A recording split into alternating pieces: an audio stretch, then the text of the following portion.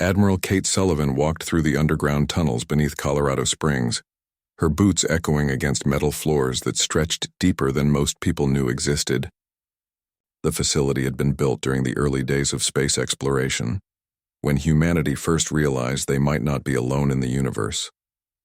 Now it served a purpose its original builders never imagined. The war room was larger than a football field, filled with screens that showed every human ship and colony in the galaxy. Hundreds of officers worked at stations that monitored alien communications, tracked fleet movements, and coordinated operations across dozens of star systems. But the most important work happened in the sealed chambers where humanity's greatest secrets were kept.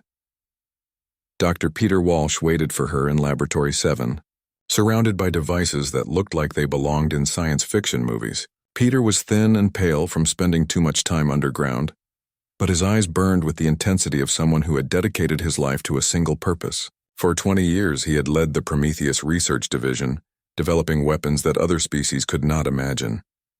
"Show me what we have," Kate said without greeting or small talk. There was no time for politeness when the survival of humanity was at stake. Peter activated a holographic display that filled the room with images of ships and weapons. "The aliens think they know our capabilities based on what our merchant vessels carry for self-defense. Basic plasma cannons, standard shield generators, conventional propulsion systems. They have no idea what we've really been building." The first image showed a sleek black ship that seemed to absorb light rather than reflect it. "Quantum stealth technology. Our ships can phase partially out of normal space, making them invisible to all known scanning methods." "The enemy will never see us coming," Kate nodded. She had heard rumors about the stealth project, but seeing the actual vessel made her realize how far ahead of alien technology humanity had advanced. "How many do we have operational?" 200 ships in various classes, from single-person fighters to heavy cruisers, all equipped with the new quantum drive systems that allow for instantaneous travel between star systems without using the standard hyperspace lanes. The next display showed what looked like ordinary metallic dust floating in a containment field. Nanite swarm weapons. Each particle is a microscopic robot programmed to disassemble specific materials. We can target alien ship hulls, electronic systems, or even biological matter. Once released, they self-replicate using available materials until the target is completely consumed. Kate felt a chill run down her spine. This was technology that could end civilizations, the kind of weapon that would terrify any species that faced it. And the AI warfare systems? Peter's smile was cold and sharp. "Every alien computer network in the galaxy uses quantum encryption that they believe is unbreakable. Our AI systems can crack their codes in seconds and rewrite their programming from the inside. We can turn their own ships against them or simply shut down their entire technological infrastructure." Across the facility, Colonel Amy Foster was implementing the first phase of what military planners called Operation Checkmate. For decades, human agents had been placing themselves throughout alien space, posing as merchants, diplomats, scientists, and tourists.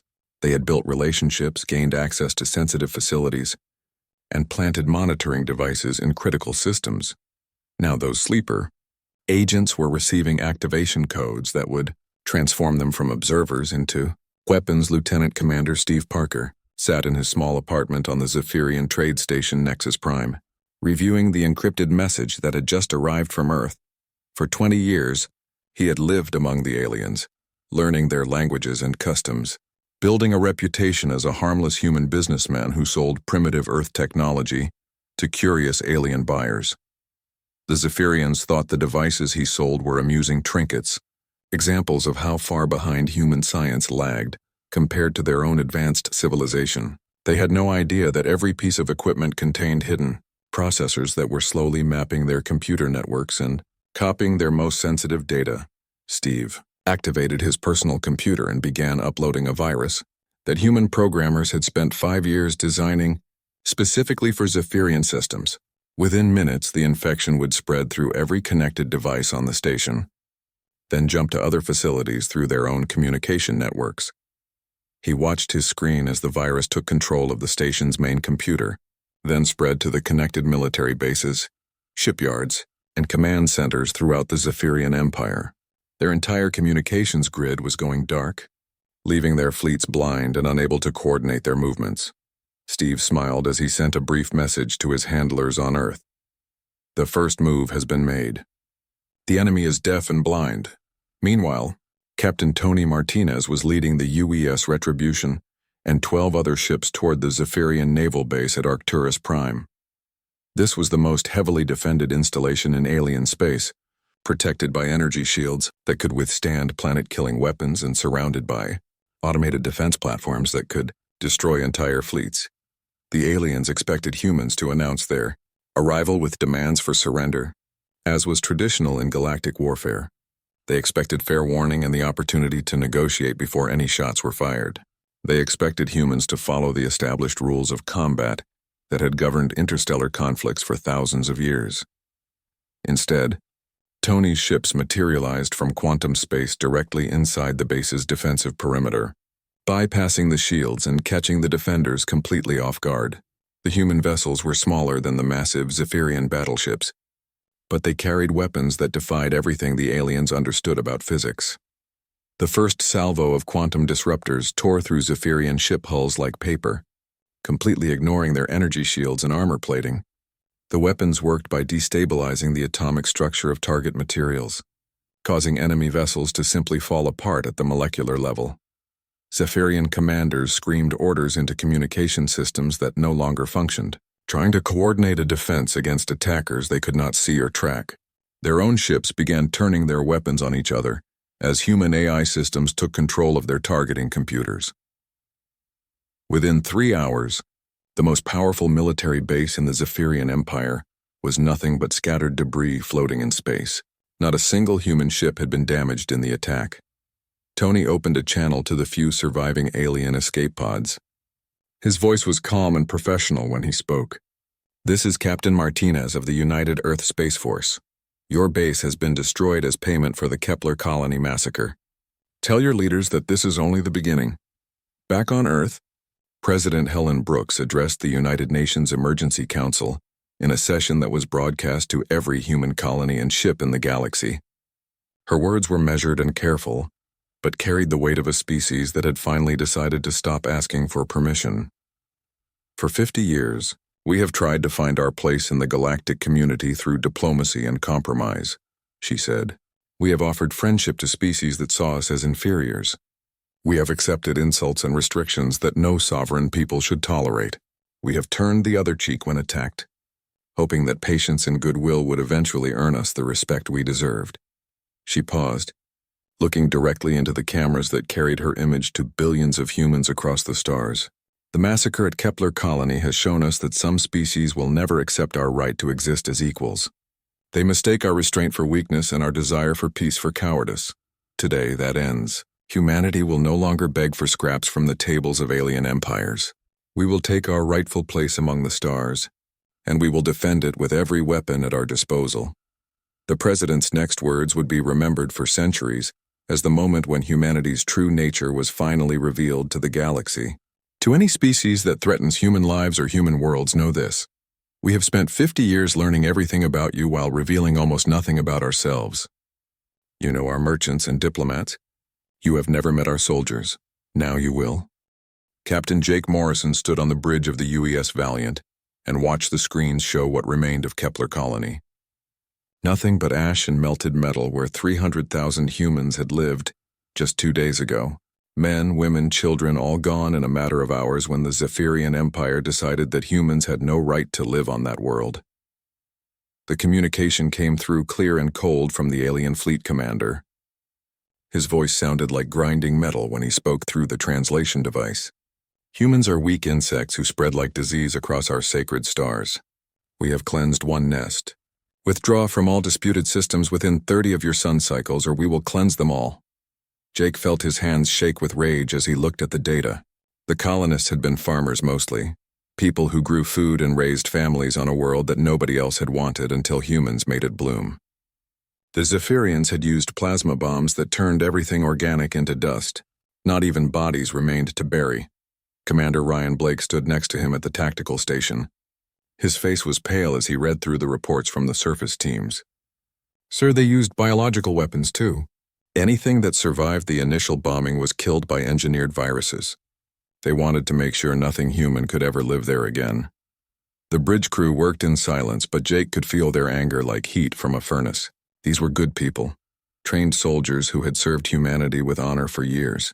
They had always followed orders, always tried to find peaceful solutions to problems. But this was different.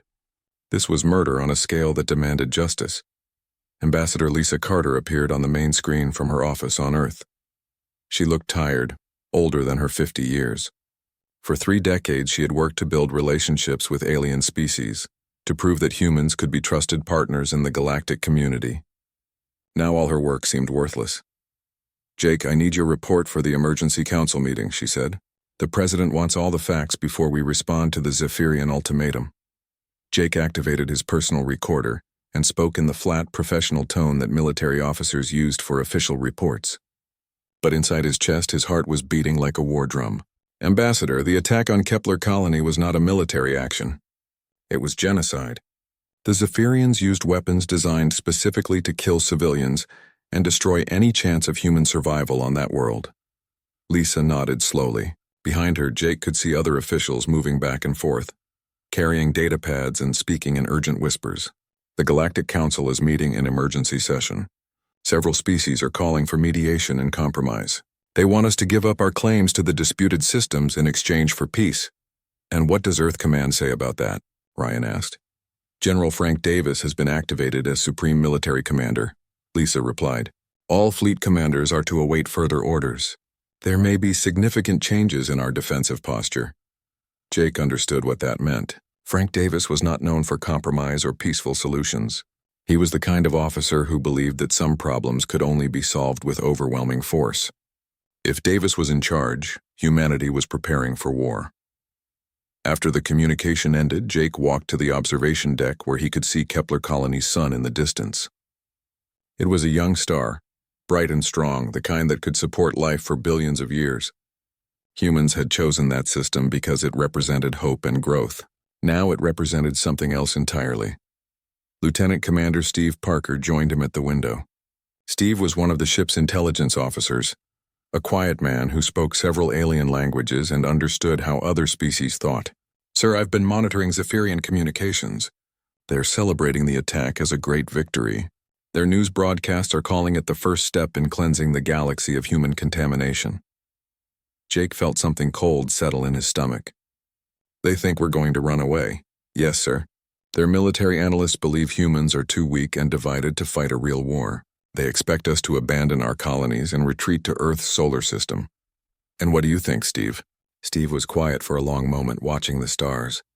"I think they don't know humans very well, sir. I think they've confused our desire for peace with inability to fight." That evening, Jake received a priority message from Earth Command. It was encrypted with codes he had never seen before, the kind of security that suggested something very important was happening. When he decoded it in his private cabin, he found orders that made his pulse quicken. "All fleet commanders will prepare their ships for extended combat operations. Cease all diplomatic contact with hostile species. Activate Protocol 7 immediately. Authorization: Davis Frank, General of the Army, Supreme Military Commander." Protocol 7 was something Jake had heard whispers about but never seen implemented. It was the plan that Earth's military leaders had developed in secret, the response they would use if humanity ever faced an existential threat. Most officers assumed it was just theoretical preparation, contingency planning that would never be needed. Now Jake understood that it was much more than theory. He called his senior staff to the secure briefing room and activated the containment protocols that prevented any signals from leaving the space. When everyone was assembled, he opened the sealed orders that had been waiting in the ship's safe for 5 years. What he read made him realize that humanity had been preparing for this day much longer than anyone imagined. While diplomats smiled and negotiated, while colonists built farms and schools, the military had been developing capabilities that no alien species knew about. Jake looked at his officers, men and women he had served with for years. "Ladies and gentlemen, our mission has changed. We are no longer explorers or peacekeepers. As of this moment, we are instruments of war." Commander Blake leaned forward. "Sir, what are our orders?" Jake stood up and walked to the tactical display that showed human space surrounded by alien territories. For 50 years, humans had been the newcomers. the junior species who asked permission and accepted whatever scraps of space the older civilizations were willing to share. "We're going to show the galaxy what happens when humanity stops being nice," Jake said. "And God help anyone who gets in our way." Outside the ship, the stars continued their ancient dance, unaware that everything was about to change. The age of human diplomacy was ending, and something much darker was being born in its place. News of the Arcturus Prime destruction spread through the galaxy like wildfire, carried by terrified Zephyrian survivors and alien intelligence networks that could barely believe what they were reporting. The most secure military installation in known space had been wiped out in less than 4 hours by a human force that appeared and disappeared like ghosts. General Marcus Stone sat in his command center on Luna Base, watching reports flood in from across the galaxy as alien governments tried to understand what had just happened. For months, they had dismissed human warnings about the Kepler colony massacre, treating it as an unfortunate incident that could be resolved through standard diplomatic channels. Now they were seeing footage of Zephyrian debris fields and listening to panicked communications from alien military commanders who could not explain how their most advanced warships had been destroyed so easily. The species that had ruled through fear and superior technology for 3,000 years was running scared. Marcus opened a secure channel to fleet commanders throughout human space.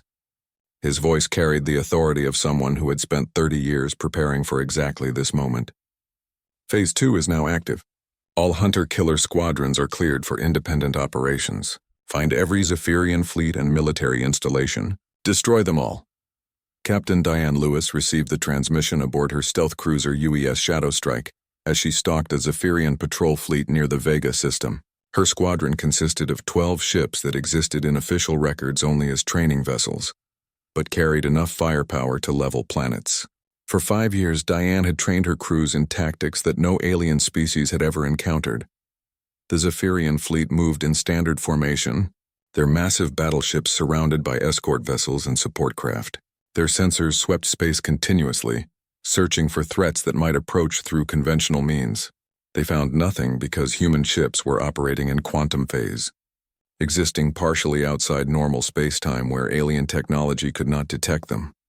Diane studied the tactical display that showed every enemy ship's weak points, mapped by human intelligence services over decades of careful observation. Zephyrian vessels were impressive to look at, but their design philosophy emphasized intimidation over efficiency. Their hulls were thick but poorly reinforced, their weapons powerful but slow to target, their shields strong but vulnerable to specific frequencies. "All ships, execute Pattern 7, Diane commanded. Her squadron materialized around the enemy fleet like predators emerging from tall grass, their quantum disruptors already charging for the first strike. The Zephyrian admiral never had time to order evasive maneuvers. His flagship simply came apart as its molecular bonds were severed by weapons that bypassed every known defense. The other battleships suffered the same fate, their crews dying before they understood what was killing them. Within minutes, the entire patrol fleet was reduced to expanding clouds of debris. Diane's ships vanished back into quantum phase before any distress signals could be transmitted, leaving only empty space where 12 alien warships had been moments before.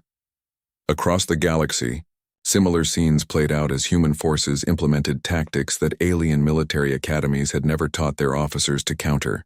The Zephyrians found themselves fighting an enemy that appeared without warning, struck with impossible weapons, and disappeared before any counterattack could be mounted. On the diplomatic front, Ambassador Carl Johnson walked into the Galactic Council chambers with an expression that none of the alien delegates had ever seen on a human face. For 50 years, human representatives had come to this place as supplicants, asking for consideration and hoping for scraps of respect from species that viewed them as barely civilized. Children today was different. Carl took his place at the podium that overlooked the assembled representatives of 43 alien civilizations. Behind him, holographic displays showed real-time footage from across the galaxy as human forces systematically dismantled Zephyrian military power. The images were stark and brutal, showing the complete destruction of bases and fleets that had been considered invincible just days before. "Honorable delegates," Carl began, his voice carrying a cold authority that made several alien representatives shift uncomfortably in their seats. For 50 years, humanity has sought to join your community as partners in peace and mutual prosperity. We have followed your laws, respected your customs, and accepted limitations on our expansion that no truly sovereign species would tolerate. He gestured to the displays behind him, where a Zephyrian fortress world was being consumed by clouds of nanites that turned metal and concrete into gray dust. The response to our peaceful intentions was genocide. 300,000 human civilians were murdered by a species that your council considers respectable members of the galactic community. The Altarian delegate, an insect-like creature whose species had armed the Zephyrians for the Kepler attack, raised one of its 4 arms. Ambassador Johnson, surely this excessive response demonstrates exactly why humanity was not ready for full membership in civilized society. Violence is not the answer to diplomatic disagreements. Carl's laugh was sharp and bitter. Diplomatic disagreements? Is that what you call the systematic murder of children? The use of biological weapons designed to ensure that no human could ever live on Kepler colony again. He activated new footage that showed the aftermath of the colony attack. Bodies turned to ash and soil poisoned with engineered viruses. The alien delegates fell silent as they saw the true scope of what their Zephyrian allies had done. Your council stood by and watched as genocide was committed, Carl continued. Some of you even supplied the weapons used in the attack. You treated the murder of 300,000 innocents as a minor border dispute that could be resolved through compromise and negotiation. The Centaurian Republic's representative, a tall humanoid with blue skin and 3 eyes, stood up from his seat. Surely humanity does not intend to wage war against the entire galaxy over this unfortunate incident. We urge restraint and call for immediate ceasefire negotiations. Carl's expression never changed as he delivered humanity's terms. There will be no negotiations. There will be no compromise. The Zephyrian Empire will be completely dismantled, its military forces destroyed, and its leadership held accountable for crimes against humanity. Any species that aided in the Kepler massacre will face the same consequences. Behind him, the displays showed human fleets approaching Zephyrian core worlds while alien defenders fled in panic. The delegates could see that this was not an empty threat or diplomatic posturing. Humanity had become something they did not recognize, a species transformed from peaceful farmers into efficient killers. Furthermore, Carl continued, the current structure of this council, which enabled and ignored genocide, will be dissolved. A new galactic government will be established under human leadership, with representation determined by each species' contribution to interstellar peace and stability. The chamber erupted in shocked protests from delegates who had ruled their sectors of space for millennia. The idea that humans, the youngest and supposedly weakest species in the galaxy, would dare to dictate terms to their betters was beyond their comprehension. Carl waited for the noise to die down before delivering his final statement. You have 48 hours to begin implementing these changes. Any species that refuses will be considered hostile to human interest and dealt with accordingly. He turned to leave the chamber, then paused at the door. You wanted to know what humanity was capable of when we stopped asking nicely. Now you're finding out, and this is only the beginning. Outside the council building, human warships hung in orbit above the capital world, their weapons trained on the surface installations below. The age of alien dominance over the galaxy was ending, and a new chapter in galactic history was beginning to be written in fire and blood. The Zephyrian Empire that had ruled a quarter of the galaxy for 3 millennia was dying, and its death screams echoed across the stars as human forces demonstrated a new kind of warfare that alien military academies had never imagined, where traditional galactic conflicts followed established rules of engagement and honor codes that limited casualties. Humans fought with a cold efficiency that terrified their enemies. Commander Scott Turner stood on the bridge of the UES Annihilator, watching his tactical display show the fortress world of Xerion below. The planet was a massive military installation built into an asteroid, covered with defensive shields and armed with enough firepower to destroy entire fleets. For 800 years, it had been considered the most impregnable stronghold in known space. Scott had no intention of testing those defenses with a costly frontal assault. Instead, his ships released clouds of microscopic robots that drifted toward the asteroid like innocent space dust. The Zephyrian defenders detected the approach, but dismissed it as debris from recent battles, never imagining that each particle was a sophisticated machine designed for molecular-level destruction. The nanites began their work slowly, consuming the fortress's outer hull one atom at a time. Within hours, they had spread throughout the installation's structure, reproducing themselves using the very materials they were destroying. Zephyrian engineers watched in horror as their weapon systems simply dissolved, as if the laws of physics themselves had turned against them. "Sir, we're receiving surrender requests from the fortress commander," reported Lieutenant Amy Foster from the communications station. Scott considered the request for exactly 3 seconds, informed them that surrender was an option before they murdered children on Kepler Colony. "It is no longer available." He watched as the entire asteroid fortress collapsed in on itself, consumed by the relentless nanite swarm that left nothing behind but empty space and a cloud of gray particles. 50,000 Zephyrian military personnel died in the collapse.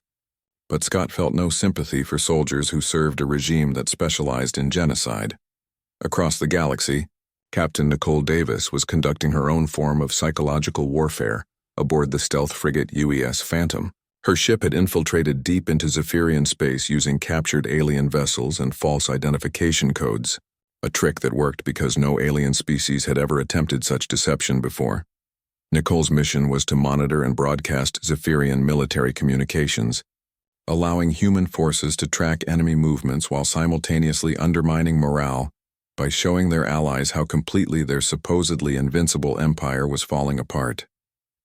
She sat in her command chair, listening to intercepted transmissions from Zephyrian fleet commanders who were desperately trying to understand how their entire military doctrine had become obsolete in a matter of days. Their voices carried panic and confusion as they reported the destruction of bases that should have been impossible to attack. Unknown human vessels appearing inside our defensive perimeters without warning, one admiral reported to his superiors. Our weapons cannot target them effectively, and their technology appears to ignore our shields completely. Request immediate reinforcements and new tactical guidelines. The response from Zephyrian High Command was even more revealing. No reinforcements available. All reserve fleets have been destroyed or scattered. Recommend immediate withdrawal to core systems and defensive positions. Nicole smiled as she transmitted these conversations to human intelligence services and simultaneously broadcast them on frequencies that Zephyrian civilian populations could access. Let the alien citizens hear how their mighty military leaders were begging for help against the species they had dismissed as weak insects. The human war machine operated with industrial precision that stunned alien observers who bothered to study it. Dr. Greg Thompson oversaw automated shipyards that had been quietly built throughout human space over the past 2 decades, hidden facilities that could construct entire fleets without requiring large crews or traditional manufacturing methods, while Zephyrian shipbuilders still relied on centuries-old techniques that required months to complete a single vessel. Human factories used artificial intelligence and molecular assembly systems that could produce a complete warship in less than a week. The aliens found themselves fighting an enemy that could replace losses faster than they could inflict them. Greg watched production statistics scroll across his monitors, showing the daily output of facilities on dozens of worlds. The numbers were staggering even to him. Humanity was building warships at a rate that would have been impossible using conventional methods, and every vessel carried weapons and systems that alien technology could not match. "Sir, we've exceeded projected production targets by 40% this week," reported his assistant, Dr. Linda Walsh. "At current rates, we'll have more ships in service than the entire Zephyrian Navy within 2 months." "Then increase production another 20%, Greg replied. "I want there to be so many human ships that the aliens give up trying to count them." On Earth, President Helen Brooks addressed a united humanity through broadcasts that reached every colony and ship in human space. The species that had once been divided by national borders and cultural differences now stood as one people with a common purpose. The alien attack on Kepler Colony had accomplished something that centuries of human politics had never achieved. "My fellow humans," the president began, her voice carrying to billions of people across the stars. 6 months ago, we were a scattered collection of colonies and settlements, struggling to find our place in a galaxy that saw us as newcomers and inferiors. Today, we stand as the most powerful military force in known space, She gestured to displays showing human fleets operating throughout the galaxy, their advanced vessels cutting through alien defenses like knives through paper. We did not seek this war, but we will finish it. The species that chose to treat us as expendable will learn the cost of that mistake. The president's words were broadcast not just to humans, but to every alien civilization that had underestimated humanity's potential. Her message was clear and simple. The galaxy had a new master, and resistance would only lead to destruction. To our enemies, know this, she continued. You have awakened something that your ancestors' nightmares could not imagine. Humanity has learned to make war with the same efficiency that we once made peace. We will not stop until every threat to human lives has been eliminated. In the depths of space, human fleets moved like schools of predatory fish, hunting down the scattered remnants of Zephyrian forces with methodical precision. No enemy ship was too small to ignore, no base too remote to escape attention. Humanity had decided that the Zephyrian Empire would not simply be defeated, but completely erased from existence. Captain Jake Morrison, now commanding an entire battle group, received reports from his subordinates as they systematically destroyed Zephyrian outposts throughout the Outer Rim territories. Each victory added to the growing legend of human military superiority, stories that spread through alien communication networks and struck fear into species that had never known defeat. Sir, the last Zephyrian stronghold in this sector has been eliminated, reported Commander Ryan Blake from his own ship. No survivors, no escape pods, no distress beacons. The sector is clear. Jake nodded, feeling a grim satisfaction at the news. Every destroyed base was justice for the children who had died on Kepler Colony, payment for a crime that demanded the complete destruction of those responsible. Set course for the next target, he ordered. We have work to finish. The galaxy that had once dismissed humanity as harmless farmers and dreamers was learning a terrible truth about the species they had underestimated. When humans decided to wage war, they brought to it the same determination and ingenuity that had carried them from a single world to the stars themselves, and they would not stop until their enemies understood the price of testing human resolve.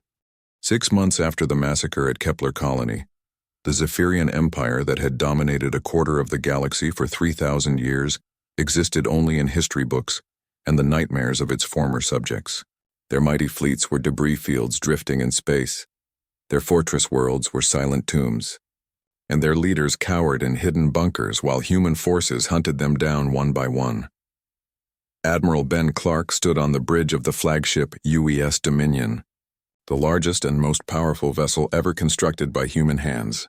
Around him, displays showed the complete destruction of Zephyrian civilization, a systematic annihilation that had taken less than half a year to accomplish. The species that had called humans weak insects now begged for mercy from the very people they had tried to exterminate.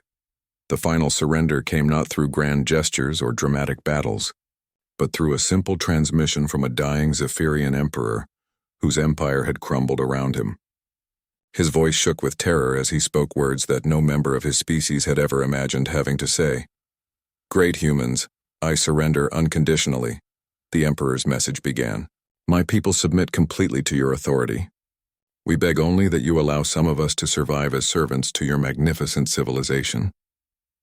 Ben listened to the transmission without emotion, remembering the images of human children turned to ash by Zephyrian weapons. The time for mercy had passed the moment they chose genocide as their solution to human expansion. Inform the Emperor that his surrender is noted but irrelevant, Ben told his communications officer. Humanity is not interested in ruling a species that specializes in murdering civilians. The Zephyrian race will be relocated to reservation worlds where they can contemplate their crimes for whatever time remains to them. But humanity's war was far from over. The other alien species that had enabled or ignored the Kepler massacre were about to learn that human justice did not end with the destruction of the primary culprits. Captain Maria Gonzalez led punitive expeditions against the Altarian Confederation, whose weapons factories had supplied the plasma bombs used to murder human colonists. The Altarians were insectoid creatures who had built their economy around manufacturing weapons for other species' wars. They had never fought a major conflict themselves, preferring to profit from violence rather than participate in it directly. This business model proved to be a fatal weakness when they faced an enemy that targeted economic infrastructure rather than military assets. Maria's fleet appeared above the industrial world of Altair 7 without warning, their quantum drives allowing them to bypass the early warning systems that should have detected approaching ships. The planet below was covered with weapons factories that had operated continuously for centuries, producing the tools of destruction that alien civilizations used to maintain their power. "Begin nanite deployment," Maria ordered. Her ships released clouds of microscopic machines programmed specifically to consume military manufacturing equipment while leaving civilian infrastructure intact. The Altarians watched helplessly as their entire economy dissolved before their eyes, turning centuries of technological development into useless dust. Within hours, the most productive weapons manufacturing center in the galaxy had been reduced to empty buildings and abandoned machinery. The Altarians would never again supply the tools that enabled genocide, because they no longer possessed the capability to manufacture anything more dangerous than farming equipment. Commander Alex Chen commanded a different type of operation, targeting the commercial networks that had profited from human suffering. His mission was to destroy the trade routes and financial systems that connected alien civilizations, forcing them into economic isolation until they learned to respect human rights. Alex's ships interdicted cargo vessels throughout the galaxy, using advanced scanning technology to identify and destroy any materials that could be used for military purposes. Alien merchants who had grown wealthy by facilitating the arms trade found their shipments turned to vapor by weapons they could not understand or counter. The economic warfare proved to be as effective as direct military action. Alien civilizations that depended on interstellar trade for their survival watched their economies collapse as human forces systematically dismantled the commercial networks that had operated for millennia. General Patricia Wells oversaw the occupation and colonization of former Zephyrian territory, implementing policies that ensured human dominance over worlds that had once been forbidden to their species. The planets that alien civilizations had declared too sacred for human settlement now hosted thriving colonies protected by orbital defense platforms that could destroy entire fleets. Patricia established military governments on each occupied world, staffed by officers who understood that their primary mission was to ensure that no alien species would ever again threaten human lives. The few surviving Zephyrians were relocated to harsh reservation worlds where they could struggle for survival just as human colonists had been forced to do for decades. "Every world we take makes humanity stronger and our enemies weaker," Patricia told her staff during a planning session for the next phase of expansion. "We are not just conquering territory. We are building an empire that will last for thousands of years." The transformation of galactic civilization reached its climax when Captain Jake Morrison, now commanding the largest human battle fleet in history, arrived at the reformed Galactic Council chambers. The building that had once hosted meetings between equal alien civilizations now served as the seat of human government over subject species. Jake walked through halls that had been redesigned to accommodate human preferences, past alien delegates who stood respectfully when he entered rooms they had once dominated. The species that had ruled the galaxy for millennia now existed at humanity's discretion, their continued survival dependent on their usefulness to their new human overlords. The main assembly hall had been rebuilt to reflect the new galactic order, where alien representatives had once sat as equals around a circular chamber. They now occupied smaller sections arranged around a raised platform, where human officials conducted the business of governing the galaxy. Jake took his place at the central podium, looking out at delegates from 43 alien civilizations who waited nervously to hear what their human rulers had decided about their futures. Behind him, massive displays showed the reality of human dominance. Fleets patrolling every major star system, colonies growing on worlds once considered sacred to alien species, and industrial facilities that could outproduce the rest of the galaxy combined. "Representatives of the former Galactic Council," Jake began, his voice carrying to every corner of the chamber and beyond, through subspace transmissions that reached the farthest regions of known space. "6 months ago, your governments made a collective decision to ignore the genocide committed against human civilians. You treated the murder of 300,000 innocents as an acceptable cost of maintaining your traditional power structures." He gestured to the displays behind him, which showed images from the Kepler colony massacre followed by footage of human forces systematically destroying every military installation that had threatened their people. "You told us that humanity was too weak to deserve respect, Too primitive to merit equal treatment. Too naive to understand the realities of galactic politics, Jake continued. You called us insects and disease. Problems to be managed rather than people to be respected. The alien delegates sat in complete silence, many of them trembling as they remembered their own words being broadcast back to them.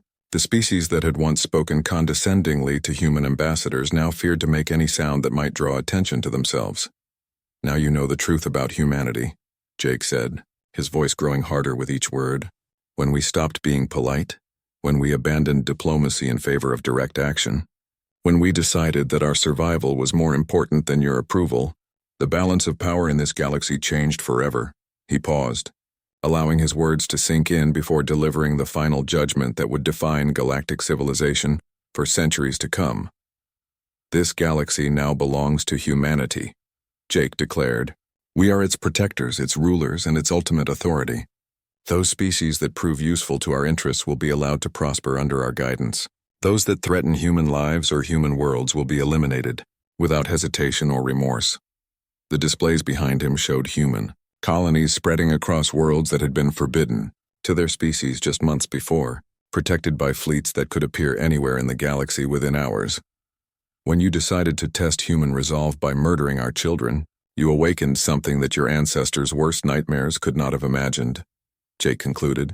You wanted to see what humans could accomplish when we stopped asking permission and started taking what was ours by right. He looked out at the assembled alien representatives, seeing fear and submission where once there had been arrogance and condescension. Now you know, the stars themselves burned with the fire of human wrath, and from those ashes a new galactic order has been born. We are no longer the junior species seeking acceptance from our betters. We are the apex civilization that all others serve.